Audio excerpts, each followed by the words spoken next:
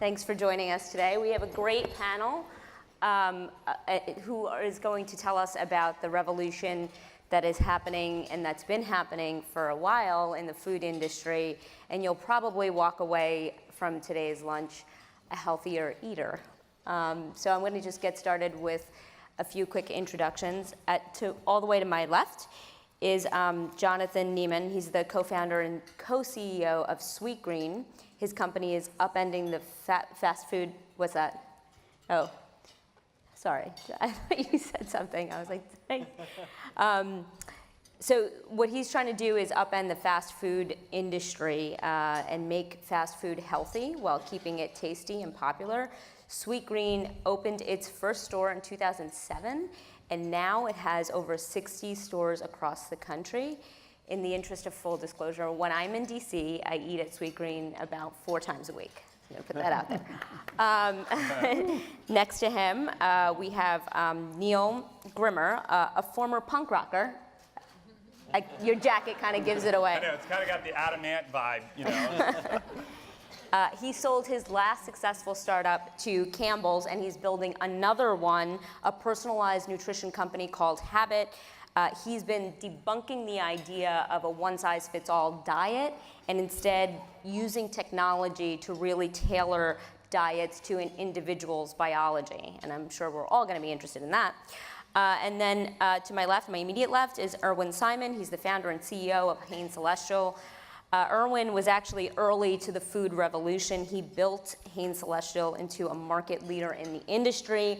And under that umbrella, there are some very well-known brands, including Alba Botanica, Arrowhead Mills, and Freebird. I'm sure you guys know all of those brands. To my immediate right is Shane Emmett. He's the founder and CEO of Health Warrior. His company makes these awesome protein bars from chia seeds and super greens. The company's revenue grew about 40% last year. He's also helping to support the restoration of farmlands for an Indian tribe in Mexico, which actually inspired the entire idea for the company. And he will not rest until you try his pumpkin seed bar, which is new to the line, right? Available scattered throughout. There you go. Got to give him some feedback. You have the perfect group here. And then to my far right, Douglas Monk. He's the head of business ventures for Nestle. Recently, the company bought a husband and wife startup team called Sweet Earth. Is that right? Is that your deal? Correct. Douglas also works to recruit young companies to an accelerator program called Terra, which provides mentorship and expertise. And the idea behind this panel is that we have the full range and spectrum of insight and perspectives from a very large company, medium-sized companies, smaller companies.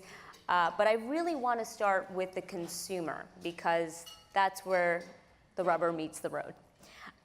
So today's food consumers are constantly changing, and I just want to get a sense from you guys, how is the food consumer different today than they were as recently as even 5 years ago? Who wants to kick it off? Yeah, I'll jump in there. So, I think what we're seeing, and this is really the rise of the millennial generation, they're raised with information, transparency is core to them, authenticity matters, and their taste preferences and profiles are radically different from the generations before them. And so I think the implications of that are wide and vast. It comes down to how our supply chain looks. The new generation actually wants to know all the way from farm to table. They want less of the kind of what in the industry is called the tools. That's the sodiums, the artificial ingredients, things like that. They want that stuff out. They want clean food, and they want to actually have better health outcomes with everything they put in their body. And that's a seismic shift from, I think, the last 50 years of food development. And the consumer, the retailer, and the availability has changed dramatically. And being an early onsetter into natural organic products, and I started Hain in 1993, words like organic, GMO-free, natural were foreign. If I said GMO-free back then, you thought I was talking about a car. Yeah. And when you talked about plant-based products, they thought you were some weird tree hugger or something out there. So And it's not only in the United States, Hain being a global company that sells its products all around the world today, and the demand for organic, plant-based, gluten-free, looking at ingredients today, if something has hydrogenated oils or high fructose corn sweetener in it, I mean, it's got poison. And basically, up until 5 years ago, that was allowed to be in food. So there's an educated consumer today out there that wants great ingredients. Any of you want to speak to the more, recent trends, high fructose corn syrup, to a certain degree, a lot of people have known that that's bad for you, but, what has evolved maybe in the last year or two that that's emerging right now? Yeah, I think just playing off what these guys talked about, the expectations of the consumer has really shifted. So one, the expectations of what they expect from brands. Retail has to be experiential, products have to be on demand, transparency and personalization is huge. So it can't be, we like to say it's not a Sweetgreen, it's my Sweetgreen. I have a nice echo going. So the other thing that we're seeing is this integration of taste and health. People are connecting what they eat and how it makes them feel for the first time. I like to think about food in 3 phases. How you feel before you're eating it, you want to be excited. How you feel during eating it, delicious, and how you feel afterwards. And so much of the population thinks about step 1 and step 2, but doesn't connect step 3 and step 4. How do you feel 20 years later? And I think people are starting, to connect all 4. It can't just be 1 and 2 anymore.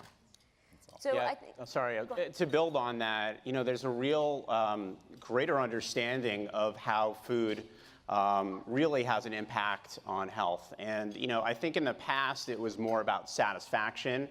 And as science has shown, food's impact on the gut, as we do research on the microbiome, has really shown connections that consumers didn't know. And it's been on the fringes for a number of years. But you look at probiotics, which had been a niche trend for a number of years, and now we see it pretty much mainstream. Tropicana, Indra was up here earlier, has a whole line of probiotic orange juice. And so science is really playing an important role in educating consumers on that, call it gut-brain connection, which really enables you to make a big impact on people's understanding and then also application of how they live a healthier life. So people definitely want to eat better, less processed, more nutrient-rich food. That's something that we hear over and over again. But and I'm going to pick on the bigger of the 2 companies on the panel right now, but how are the bigger guys keeping pace with that demand? Is the industry, for lack of a better term, are the industry leaders doing a good job at that? Yeah, speaking on behalf of Nestle, our DNA is really born around nutrition, health, and wellness. We're a 150-year-old company founded by a pharmacist, Henri Nestle, who solved a real-world problem, which was about saving infants who had a really high infant mortality rate. And that's been in our DNA. So the way that Nestle is tackling it is, given evolving, changing consumer demands, we're doing 3 things. One is, how do we create better products that we're already selling that consumers love? And so that's through sodium reduction. We've reduced 9% of sodium in our products, sugar reduction. The second piece is about creating innovation around what consumers want. We've recently launched this brand called Fit Kitchen, which is now $100 million, which provides high protein meals. But my role in New Business Ventures is really working with a lot of the startups, and there's really a win-win. I think 5 years ago, people saw that as, big food, stay away, but I think there's really an understanding now that there could be a great collaboration between smaller players and big food such as us that could provide accessible health to the masses. And, I've always said in starting Hain couldn't change the way the world lives by itself. And I come back and say it's great to see finally the Nestle's and the big food companies changing, because what the big food companies were putting in food was worse than what tobacco going in cigarettes. And that's what caused obesity. Sitting through one of the panels today, hearing that 1,000 deaths a day are caused by food. And whether it was high fructose corn sweetener, whether it was hydrogenated oils. And if you picked up most packaging, you couldn't pronounce the ingredients, let alone eat them, okay? And if you come back and look at pesticides, et cetera, so it's great to see big food companies really getting out and making the change, and whether it's sugar and soda, et cetera. But, you know, again, the consumer is demanding. You know, you saw a little company in our X bar with 3 ingredients and one that said no BS, sell for $600 million, okay? So you see big food companies see that's what the consumers want, and that's what we're gonna build into a global brand. Shane, do you agree? Do you think that big companies are doing their part, or do you feel like you're kind of fighting them? I think they're realizing that you can build value selling food that's actually good for you, not just better for you. We've been stuck in better for you for a while, but we need to move to positive nutrition. When we started our company, we did it on the side because we make chia bars, so they have chia seeds as the first ingredient. We always put superfoods as the first ingredient in all of our foods. And we didn't think anyone would buy them. We might have a mic issue. So, excuse me. No, it's not you, it's the mic. Hey, everyone hear me? I can be loud.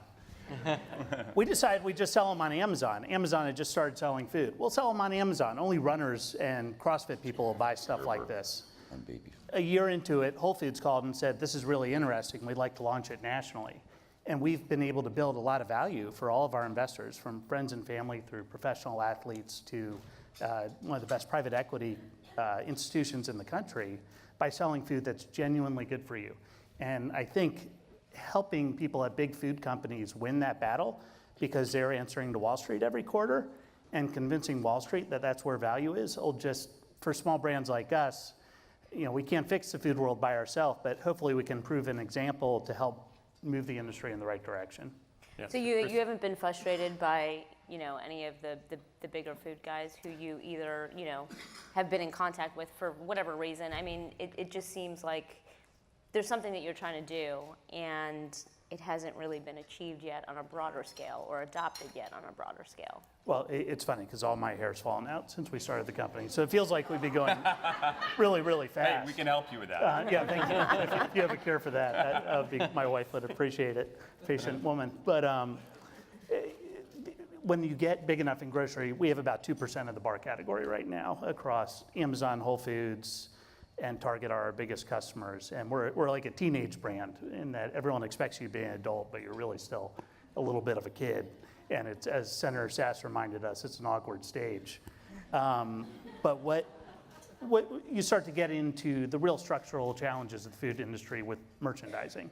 When we get off-shelf placement, which means a wire rack or a shipper or at checkout, when you're checking out, our sales go up 10,000%. Wow. Now, we don't own that checkout lane placement. Like, if we can put a good for you option there instead of candy, that's huge and could be paradigm shifting. But it's truly a daily battle to try to win that, and that's what we spend our time on. I'm going to come back to you because I want to understand better why you can't get that placement. But just sticking on the consumer for a second, you know, as we've seen the rise of the educated consumer, we've also seen the rise of confusion. Like, I talk to people who are in the egg aisle, and there's anxiety that comes on because they don't know what's better for them. The cage-free option that's antibiotic free, or the free range where you're not sure if there's antibiotics used. Well, and to build it's like, on that, Christina, it's like one day, I mean, and this gets into the history of our nutrition food fads. It's like one day eggs are bad and now they're good, and beyond just which kind of egg is like, are even eggs on the table, right? And I think it's a massive issue. And with the rise of the internet and obviously social platforms, you know, food fads are prolific. Right, and consumers are more confused than they've ever been. And one of the things, as it gets to personalization, is that there's a lot of wisdom throughout the nutrition ages. But the one thing that we've gotten wrong is we've always taken a one-size-fits-all approach to trying to answer the question. Now, if you sit here and you look at each other, just check out your neighbor, and you ask the question, should we all be eating the same food at the same time in the same way? Intuitively, you would say no. And what's exciting now is science actually is validating that intuition that you have. So hopefully, from a consumer standpoint, we can actually cut through the noise, give consumers eating confidence, knowing what foods are really right for them, and then help them achieve their health goals through food, not fighting against food, to get to those goals. Okay, now you're gonna have to answer my question now. Oh, okay. Sorry. What can industry do better to make it more obvious, to help consumers make the better choices that they want to make, right? The intention is there. The consumer wants more information, but at the same time that they're taking this information in, the food companies know that. So there's more confusing information out there too. So, can the industry do a better job maybe at labeling, or maybe the government needs to step in? I don't know, but it seems to be that there's more confusion out there, and everybody can't have a tailored diet right now. Yeah, I completely agree. I mean, I think in one of the last panels, this idea that there are some brilliant basics that we can all follow, and they're not necessary, they're simple to understand, but they're not necessarily easy to apply to your life, which is reduce processed foods, eat, as many plants as you can possibly get into your diet, and avoid processed meats, things of that nature. And those are some of the brilliant basics, right? And I think if we can arm people with just those brilliant basics in a way that is exciting, tantalizing, using Jonathan's 4-step process, I think that could go a long way, right? And I actually think that's big business. So it doesn't actually have to fly in the face of big food companies. I think the big food companies that are going to be successful in the future will try and uninnovate the last 50 years and innovate ways to get fresh, whole, real foods to people in a convenient way that tastes amazing. And I think, that's what I would. I think food is not complicated. We're in the chicken business and the turkey business. And you go back and think of our parents, they raised chickens and they had them in the backyard, you fed them, they were free to roam, they were not given antibiotics, they were not caged, and it was great to eat. And I think we made food complicated, and we put science because we wanted a chicken to grow to 5.5 pounds, and scientifically you got more for it if it was 5.5 pounds. You fed it antibiotics because you didn't want the chicken, a mortality rate, because the more chickens you had, the more you made it. So it all became about dollars and cents. So it goes back to simple ingredients. I mean, we make Terra chips. It's a vegetable, it's oil, and it's a seasonings. It's 3 ingredients. It's not 14 other ingredients to preserve the shelf life and et cetera. And I think there's science, but you got to come back to simple ingredients. And that's the big thing is, and you asked a question before, food should be sold for the right reasons, not marketed. And again, you go back, it's confusing because there's 20 different labels on them. And it's again, what's it trying to say? And I think that's the big difference sometimes with bigger companies and little companies, is how to take advantage of some of these labels. Right. I mean, you're in the chicken business, so when you see. We're in a lot of businesses. Well, yes, I know. So, but Freebird is one that's very identifiable. My question is, are consumers getting smarter, or is the industry just getting better at fooling them? And the chicken business is a great example because the term hormone-free, you see it all over poultry, which doesn't mean anything because it's illegal to use hormones in poultry. But you get people to buy more chicken because it's hormone-free, and it can't be used. Exactly, and I think the government has done a great job in food labeling. There's a bunch of new food labeling. The NLEA labeling that came out, in the late 90s, in regards to cholesterol-free. What is a cholesterol-free food? And, listen, on the other hand, frozen food today with 3,500 milligrams of sodium. And, sodium, what it does to us. So I think, again, we're educated today on nutrition and we can read labels. In my early start, you could change the ingredient, or you could change calories per servings to fit the product. So we've done a great job in coming out and changing food labels and making sure there's standardization out there, which, organic food, the reason still, if I ask how many people trust, is it truly organic when it says organic? But there is a USDA symbol on every organic food today that standardizes it. Some probably take advantage of it, but that's not the most cases.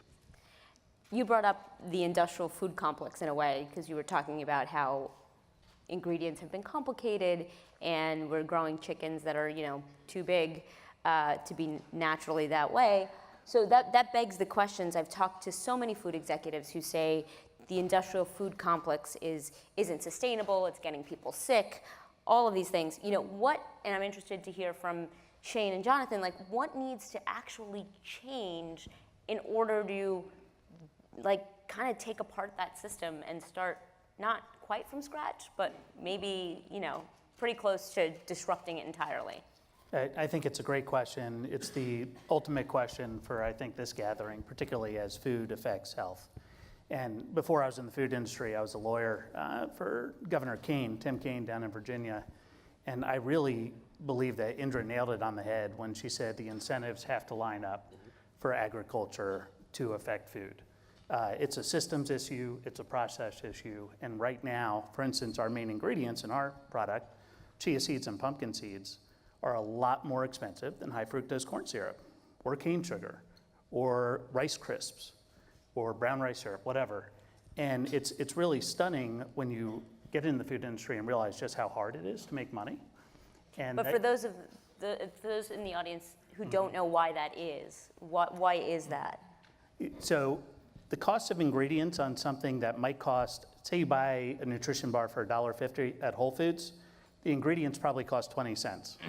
So what the heck happens between that 20 cents and you buying it for $1.50 at Whole Foods, right? And then on top of that, those ingredients, if they're healthy, nutrient-dense whole foods, are not being subsidized by the federal government right now, while nutrient-weak foods that are highly refined are highly subsidized. And it is the tail that wags the dog of the industry. And if we don't change that, I think it's really going to be hard to change the industry. So. And to build on that,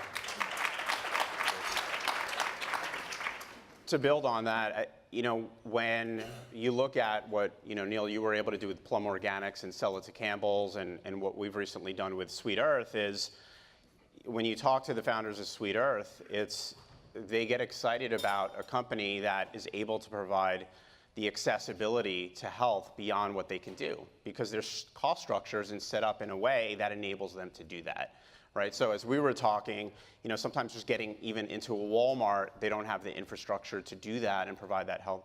That's where these partnerships between small and big food could really be a win-win for both sides, but most importantly, the consumer, because we go to these natural food expos, but they're still talking to the affluent few. And so what we all want to do here, collectively in this room, is provide healthier options for the greatest number of people. And I think that's where, that partnership could really work, again, in creating positive change.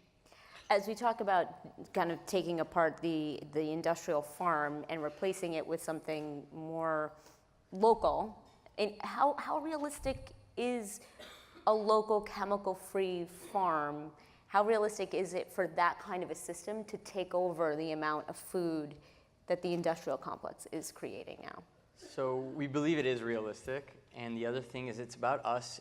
It's us changing people's minds around their expectation of what to expect. It's us walking the walk and changing that. If we're walking the walk, I know what's in your food. What's in your food then? When we started 10 years ago, we put a list up of where all of our ingredients come from, exactly where they came from.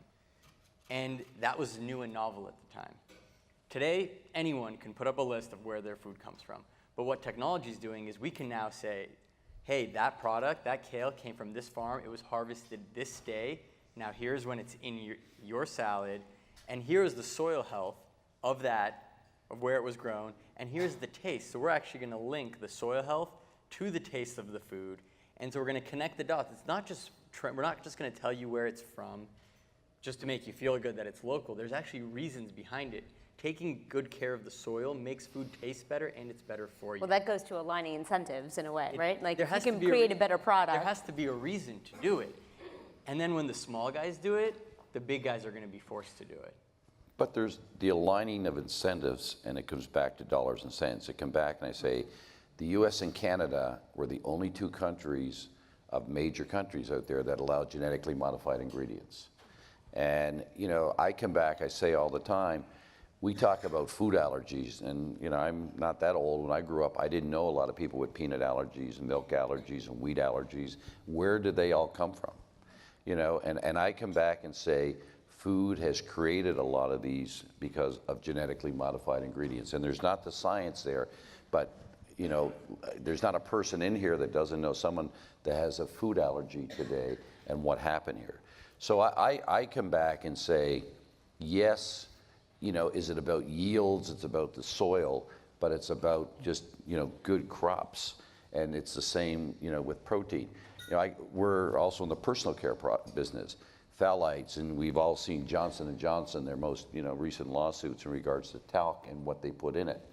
And there's 80,000 chemicals out there that we've never tested. We're in India right now working with the farmers in regards to growing rice and educating them about pesticides. And that's the big thing, is not so much how do we educate these farmers, and you talk about big food companies, the big Monsantos and people like that. How do we make change there? If we don't make change there with the Dow Chemicals, the Monsantos, that's where we're going to continuously have our issues. But where does the change come from? How does that change? The change, comes today with knowing what pesticides do. Listen, go buy a can of pesticide and it says, wear protective clothing when you're spraying, but okay to eat the food once you spray it on there, okay?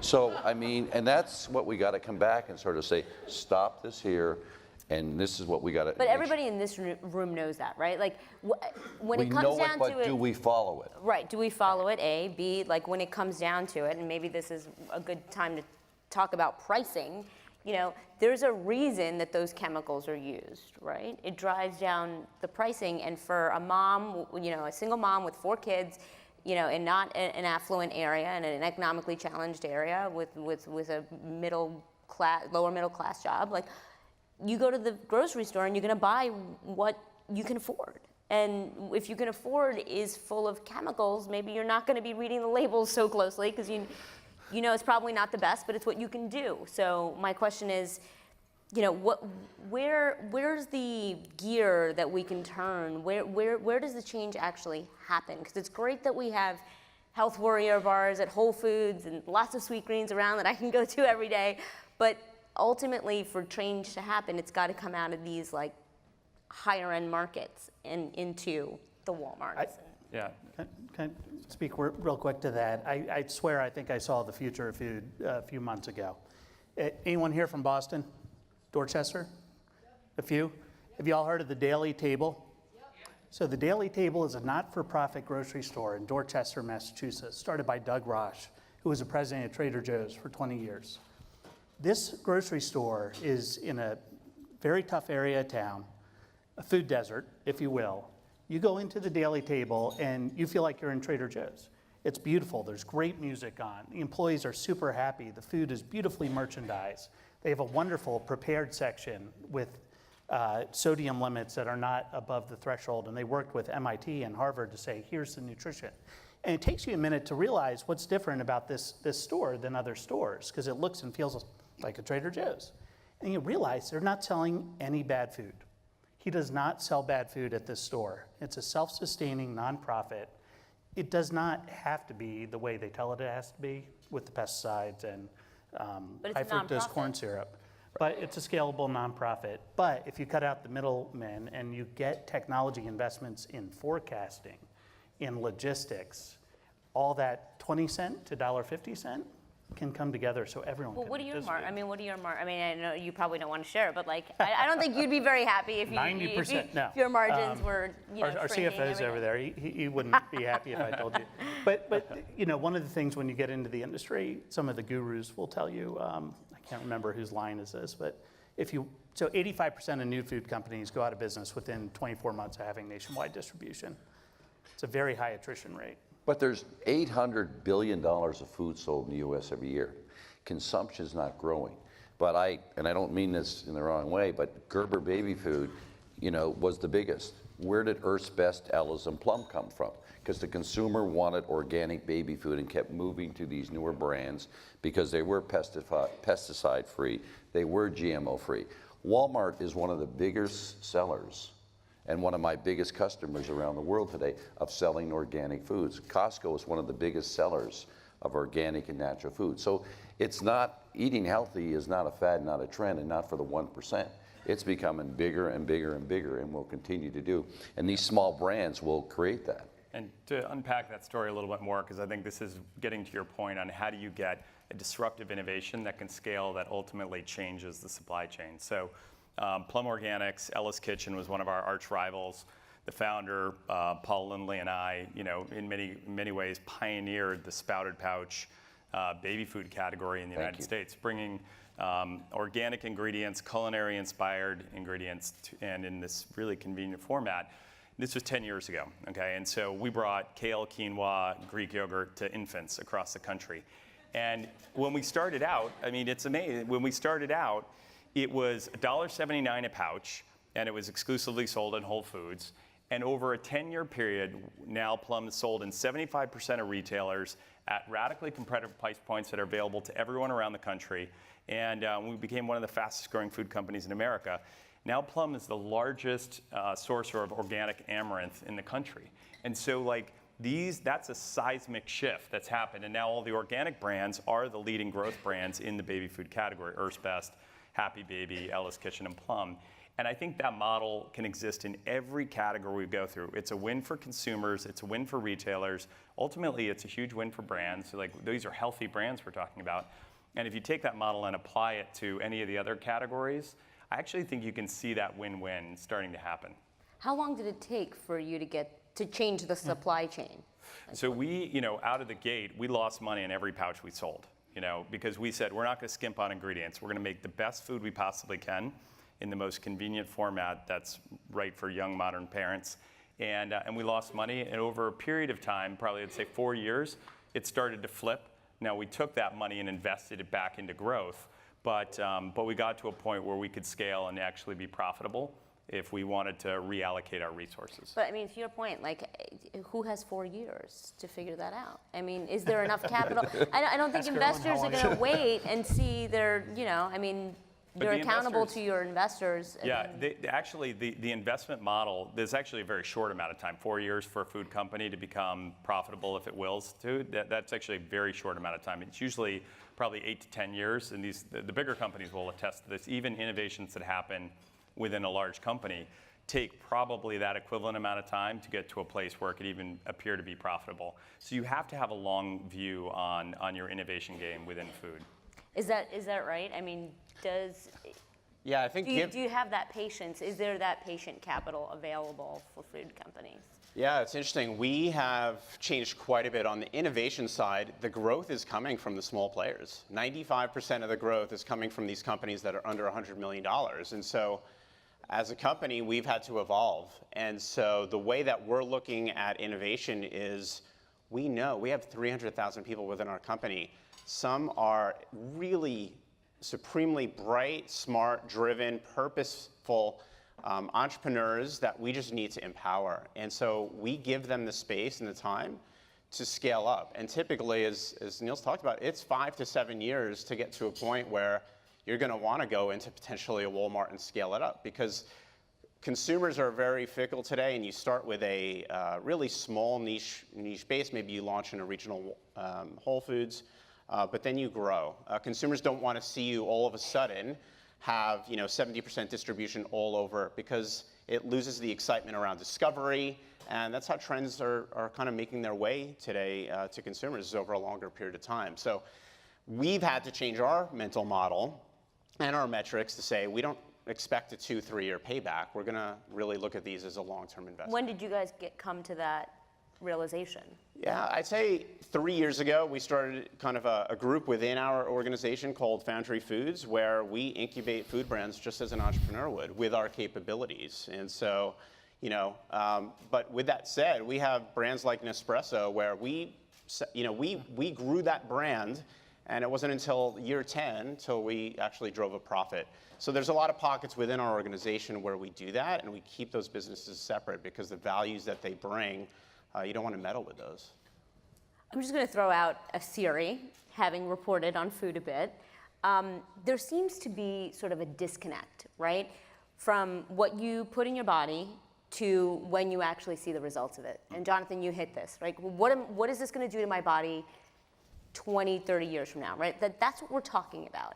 So my question is part of the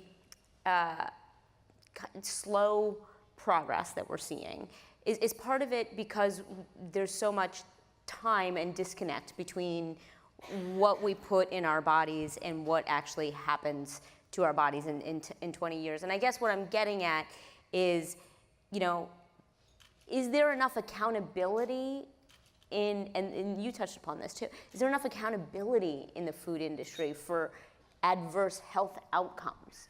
Why aren't companies being punished like tobacco was for excess sugar? I'm channeling my old boss, Michael Bloomberg, here now. But you know, why aren't we seeing companies being dinged for lots of sugar or lots of, you know, too much fat or too many calories or not enough nutrients? I mean, where's the accountability? But I think the consumer's going to ding those companies. It's not the government going to ding those companies. You know, consumers are not going to buy their products. And stepping back for a second, it's not 10, 20 years. Listen, if you eat a bad meal or bad food, you know it. Your body tells you pretty quickly, okay? I mean, listen, what's one of our biggest problems in this country today, and we have many, is healthcare and healthcare costs. You know, we have the biggest or the highest rate of obesity in this country. And it all comes back from the food that we eat. So it's very quickly that we know what are good products. I've never seen such an educated consumer as there is today out there. You know, I have kids in university. When I go to school today and I hang around the student building, they're online checking the nutritional rate. They're online, what are consumers saying about it? Before you go to a restaurant today, you go on Yelp, what are they saying about that restaurant? So again, the onus is on us, is to put out a good product. You know, we make baby food, infant formula. So we feed infants their first food or the first formula with eye development, brain development. And the tolerance for any mistakes, there's none. We hear back from our consumers pretty quickly today on Facebook or emails if we don't put out a good product. So the onus is on the companies, because the consumers, let me tell you something, they will speak pretty quickly if you're doing something, not putting in a good product. For a long time, the big companies were really the ones that were innovating, not just from a message standpoint, but from a convenience and access standpoint. Right. And health food was eat it because it's healthy. 10 years ago when we started, at least food at restaurant, health food meant it was slow, it was expensive, probably didn't taste good, and it wasn't really culturally relevant. And fast processed food was, you know, Coca-Cola was selling happiness. You can have it anywhere you want. You know, it had that access, convenience, and price point. And so we have to compete on all of those things, including price. So for us, it's convenience and access. How can we make it on demand with a touch of 2 buttons where you can order your food, have it either for pickup or in your home? How do you make it culturally relevant? Not eat this because it's healthy. Eat this because it tastes good and because it's cool. We do these product collaborations, and we do them with big chefs, and we also do them with musicians. We did one with Kendrick Lamar last year called the Beats Don't Kill My Vibe Salad. And this is our way of doing just the same thing that McDonald's does. We have to tap into culture. We have to make it cool to be healthy. It can't just be, hey, eat healthy because it's good for you. Eat your vegetables. Nobody wants that. Yeah, and just to get to your point about results, one of the things we found with Habit, we just did an 8-week study, a pilot study where we had 20 active participants. We went through 60 different unique biomarkers. They got a personalized nutrition plan, and then they had one-on-one coaching.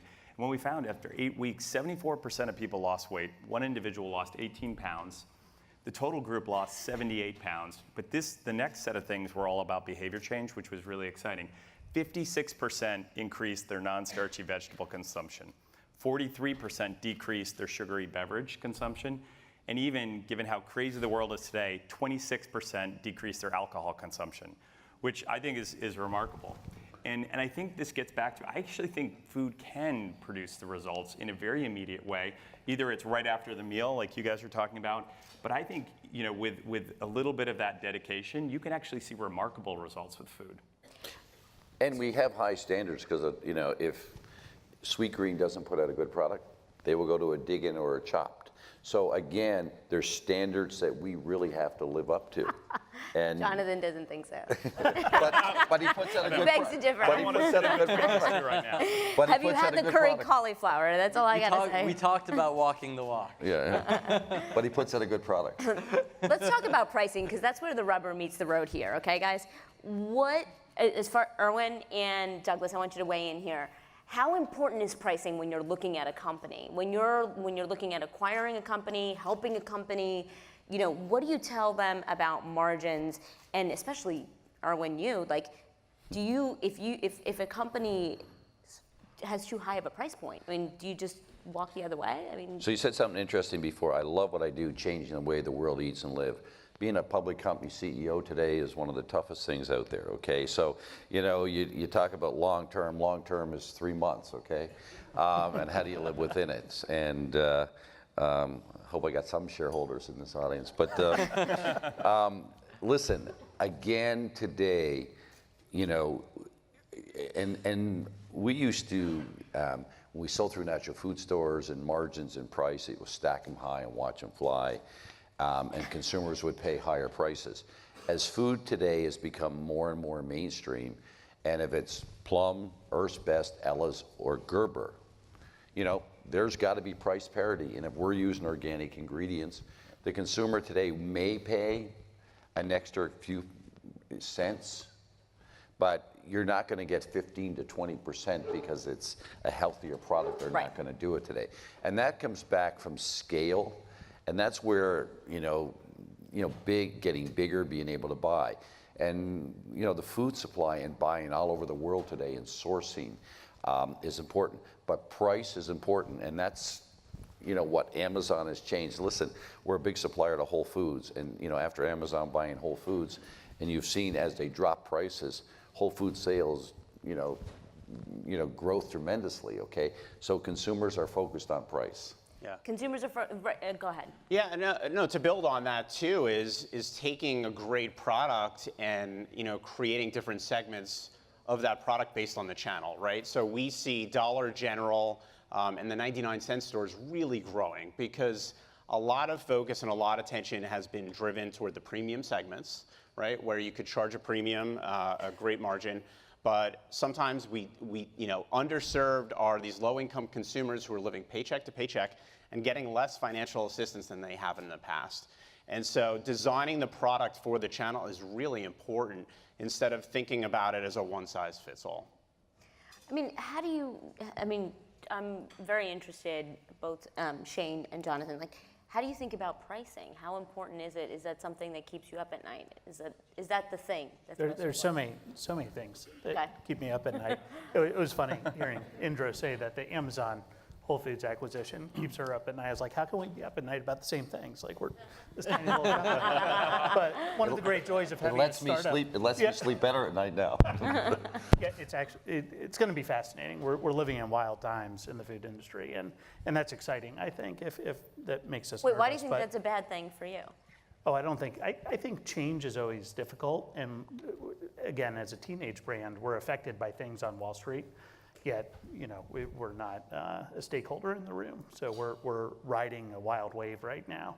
But it was very flattering when we actually got big enough to have some price elasticity of our products, because in the early days, Whole Foods I think was charging $2.19 for a 100-calorie chia bar, and people were buying them like crazy. We were like, "What are you doing?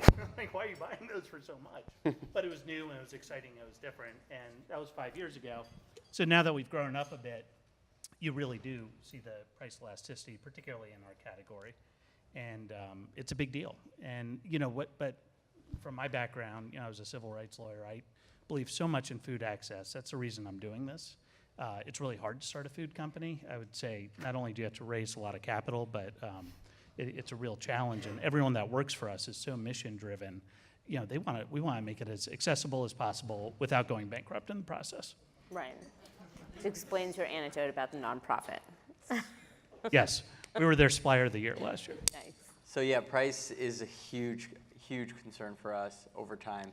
Two things. One, I don't think a lot of people realize what goes into making real food. At Sweetgreen, not only is it our supply chain, but we make all of our food from scratch every day in every single store.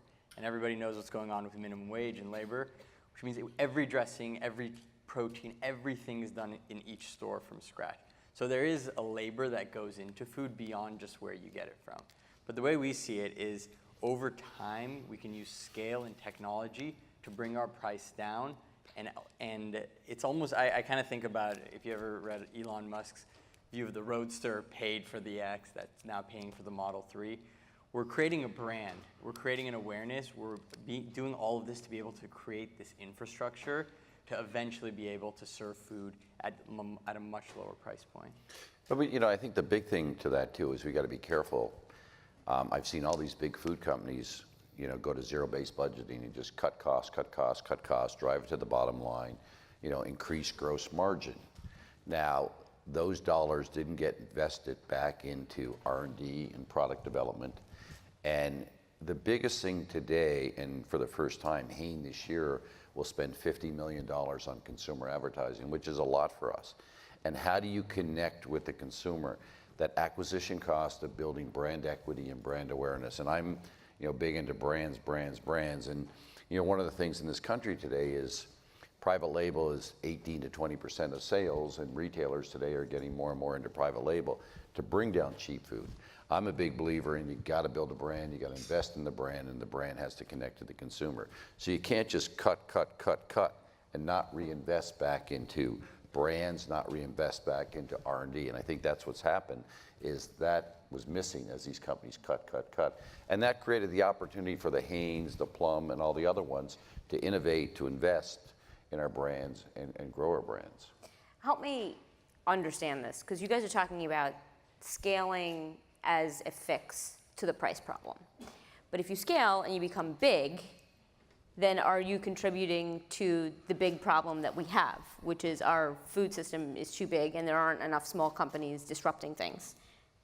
I mean, are we trying to I think achieve if there was something? a Sweet Green on every corner that was affordable for everyone, we'd be in a much better place. I think access But and how do availability you are the source big problem. that? How do you source the product for Sweet Greens on every corner? Is a local farm nearby possible now? So it's not about a local farm everywhere, it's Okay. about a sustainable farm everywhere. And it's possible, if we were McDonald's today, could we create that supply chain? No.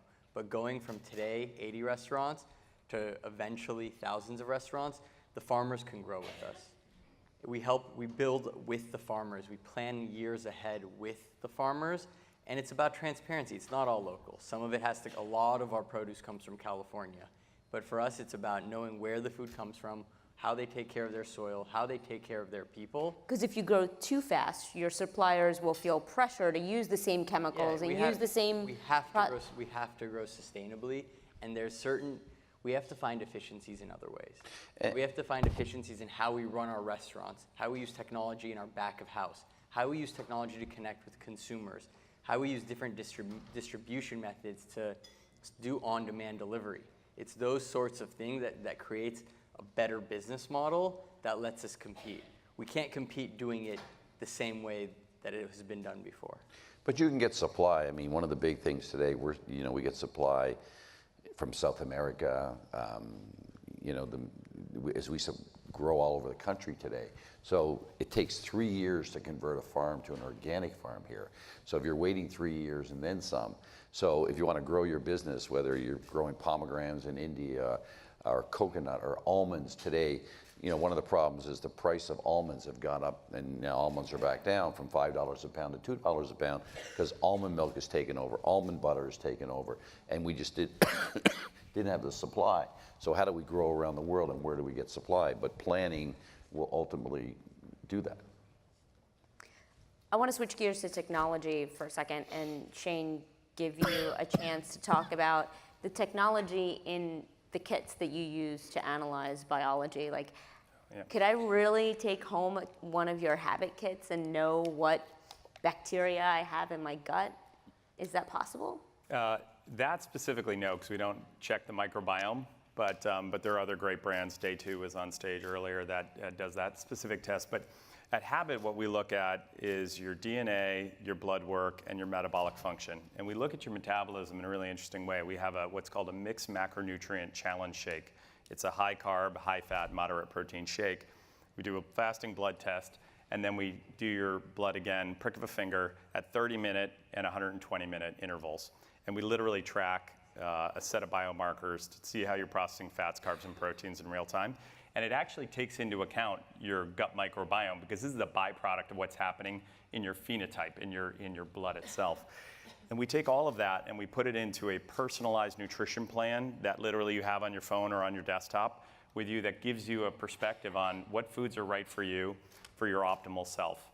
And then we make it easy and we bring technology to bear where we actually link two other things together. We do one-on-one coaching, but one that's really groundbreaking is that we actually have a fresh meal delivery business that takes fresh delivered meals, customized to your biology, brought to your door, right? So we really are the world's first test-to-table personalized nutrition company. I mean, Doug, have you looked at companies like that before? Like, how much is science actually playing and technology playing a role in food development and the way you look at deals in small companies today? Yeah, obviously the meal kit business is booming. There's a ton of money going there. We invested in a company called Freshly, which delivers fresh, chilled meals to your doorstep.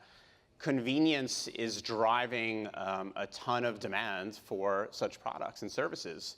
And so, given our portfolio, it just made sense for us to go there. And it's amazing what we're learning from them in terms of the data side and how quickly they're able to understand consumer behaviors and attitudes and how to change recipes overnight. And so those learnings and extracting those and bringing it to our business is invaluable. And the expertise they get from us in terms of food safety, quality, building another manufacturing plant, is a great win for them. But yeah, clearly there's technology is changing the game. Jonathan, how is going cashless impacted just your... back on Yeah, that go for a ahead. second.